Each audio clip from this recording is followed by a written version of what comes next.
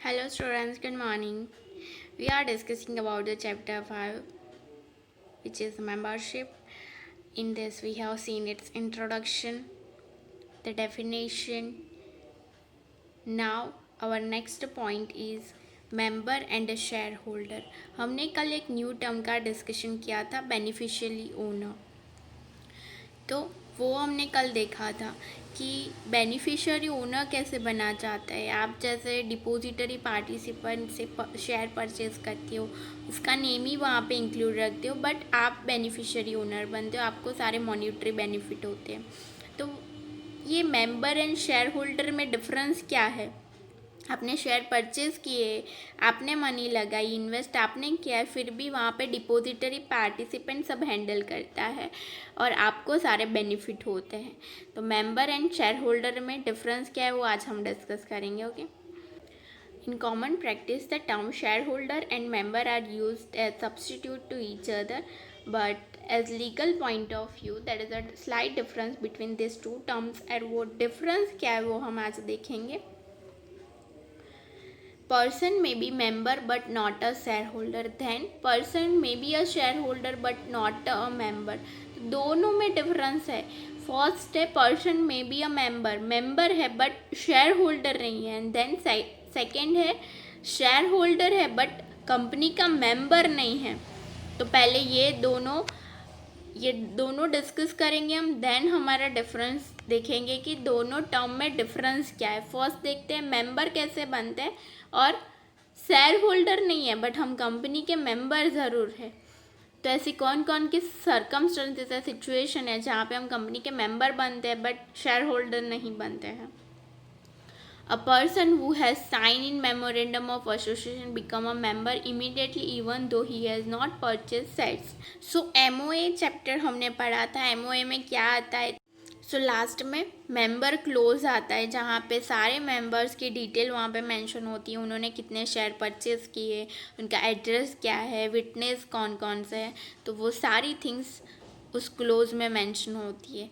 तो MOA जो लोग साइन करते हैं वो कंपनी के मेंबर बन जाते हैं इमीडिएटली। जब वो साइन करते वो कंपनी के मेंबर बनते हैं, बट ये ज़रूरी नहीं है कि उन्हें शेयर परचेज़ किए। जब शेयर परचेज़ करते हो तो आप शेयर होल्डर बनते हो, बट आप कंपनी के शेयर परचेज़ नहीं करके MOA में साइन करके भी आप वहाँ पे कंपनी के मेंबर बन सकते हो, वाइल आप शेयर होल्डर नहीं होंगे बिकॉज आपने कंपनी के शेयर परचेज़ नहीं किए हैं। Okay, in a company limited by guarantee, member who has given guarantee for a certain amount is considered as a member if he has not purchased a share, even if he has no shares। मतलब company का type क्या है? Company limited by guarantee है। तो यहाँ पे आपने share purchase नहीं किया, आपने ओनली गारंटी ली है। तो आप गारंटी लिए, दैट्स वाई आप कंपनी के मेंबर बनते हो, बट शेयर होल्डर नहीं बनते हो बिकॉज यहाँ पे आपने शेयर परचेज नहीं किए। तो आप इस तरह से कंपनी के मेंबर बनते हो बट शेयर होल्डर नहीं बनते हो। The person who has transferred his shares to other name is no longer a shareholder, however he remains as member until his name is deleted from register of members। तो यहाँ पे procedure time लेंदी होता है। आपने यहाँ पे application दी है कि आपका नेम हटाकर वहाँ पे आपके फ्रेंड का नेम ऐड होता है। आपने अपने शेयर अपने फ्रेंड को दिए है तो वहाँ पे आपका नेम हटाकर आपके फ्रेंड का नेम इंक्लूड होगा। तो शेयर्स रजिस्टर ऑफ मेंबर होता है तो वहाँ पे आपका नेम डिलीट हो जाता है और आपका फ्रेंड का नेम ऐड होता है। बट वो प्रोसीजर जब तक फुलफ़िल नहीं होती तब तक आपके फ्रेंड को ये शेयर तो ट्रांसफ़र हो जाते, बट वो प्रोसीजर जब तक फुलफ़िल नहीं होती तब तक आप कंपनी के मेंबर रहते हो बट शेयर होल्डर नहीं रहते बिकॉज आपने ऑलरेडी शेयर ट्रांसफ़र कर दिए, बट मेंबर हो बिकॉज वो प्रोसीजर फुलफ़िल होने के बाद आपका नेम रजिस्टर ऑफ मेंबर से हटेगा। Okay, then a company without share capital has no shareholder but still there are members।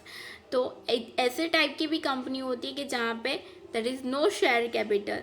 तो अगर शेयर कैपिटल नहीं है तो शेयर होल्डर ऑब्वियसली नहीं होंगे, but yes obviously there can be a members, तो वहाँ पे कंपनी के मेंबर होंगे बट शेयर होल्डर नहीं होंगे, तो दिस वे पर्सन में be a member but not a shareholder.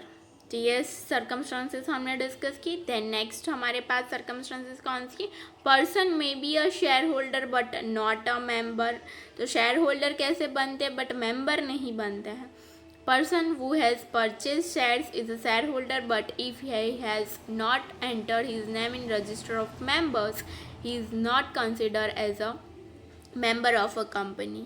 तो यहाँ पे किसी भी पर्सन ने शेयर ऑब्वियसली परचेज किए बट उसका नेम रजिस्टर ऑफ मेंबर में इंक्लूड नहीं है, तो वो कंपनी का मेंबर नहीं होगा। तो यहाँ पे आप एक सर्कमस्टेंसेस ले सकते हो कि आपने डिपोजिटरी के थ्रू ट्रांजेक्शन किया है और आपने वहाँ पे उनका नेम ही उनके पास ही शेयर रखे हैं, तो आपने शेयर ऑब्वियसली परचेज किए हैं, इन्वेस्ट किया, आपको सारे बेनिफिट होंगे, बट वहाँ पे आपका नेम रजिस्टर ऑफ मेंबर में इंक्लूड नहीं होगा। In case of death of a shareholder, his legal representative becomes shareholder but are not member till he is not registered in register of member. तो किसी भी share holder की death हो जाती है तो इमीडिएटली उनके लीगल हेड्स को उनके शेयर्स मिलते हैं। तो शेयर्स तो मिल जाते हैं, मतलब कि वो शेयर होल्डर तो बनते हैं कंपनी के, बट अभी भी उनका नेम रजिस्टर ऑफ मेंबर में इंक्लूड नहीं हुआ है, तो उसके लिए लीगल प्रोसीजर होती है। तो जब आप फुलफ़िल करते हो तो उसके बाद वहाँ पे आपका नेम इंक्लूड होता है। तो जब तक वो नेम इंक्लूड नहीं होता आप कंपनी के मेंबर नहीं हो, but yes you are a shareholder. तो ये सर्कमस्टेंसेस है कि जहाँ पे आप शेयर होल्डर बनते हो बट मेंबर नहीं हो। मेंबर बनने के लिए एक ही कंडीशन है कि आपका नेम रजिस्टर ऑफ मेंबर में होना चाहिए। तो अगर आपने शेयर परचेस कर लिए बट रजिस्टर ऑफ मेंबर में नेम नहीं है तो फिर आप कंपनी के मेंबर नहीं हो। देन यहाँ पे डिफ्रेंशिएशन है, तो डिफ्रेंशिएशन में हमारे पास 3 पॉइंट है कि मेंबर एंड शेयर होल्डर में डिफरेंस क्या है। तो मीनिंग वाइज डिफरेंस पहले देखते हैं कि मेंबर का मीनिंग क्या है, देन शेयर होल्डर का मीनिंग क्या है। The person is a member by return consent और his name is registered by share application in members register. तो वो पर्सन कंपनी का मेंबर होता है जिसका नेम रजिस्टर ऑफ मेंबर में इंक्लूड होता है और उसने रिटर्न कंसेंट दे रखी हो, तो वो कंपनी का मेंबर बनता है। Person who hold share is known as shareholder. Share holder का सिंपल मीनिंग, आपने शेयर परचेस किए आप शेयर होल्डर हो कंपनी के, ओके। वाइल मेंबरशिप में क्या होता है कि आपका name register of member, company के पास जो रजिस्टर होता है मेंबर के लिए उसमें आपका नेम इंक्लूड होना चाहिए और आपकी रिटर्न कंसेंट भी होनी चाहिए। देन नेक्स्ट पॉइंट है the person who has sign in memorandum of association is considering member. तो MOA जो डॉक्यूमेंट है हमारा, तो वहाँ पे वो जो साइन होती है जिसे हम सिग्नेटरीज बोलते हैं उन पर्सनस को, तो उनको हम मेंबर बोल सकते हैं कंपनी के। But share holder signature is not necessary in the memorandum of association, because company के पास बहुत सारे शेयर होल्डर्स होते हैं, तो मतलब ऐसा नहीं कि वो सारे कंपनी के मेंबर हुए।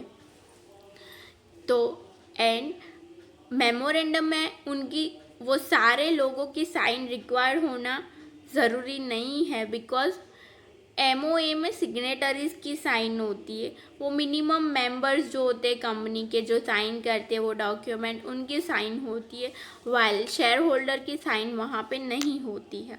Then next point, legal representative becomes member after transfer of share and entry of his name register of members.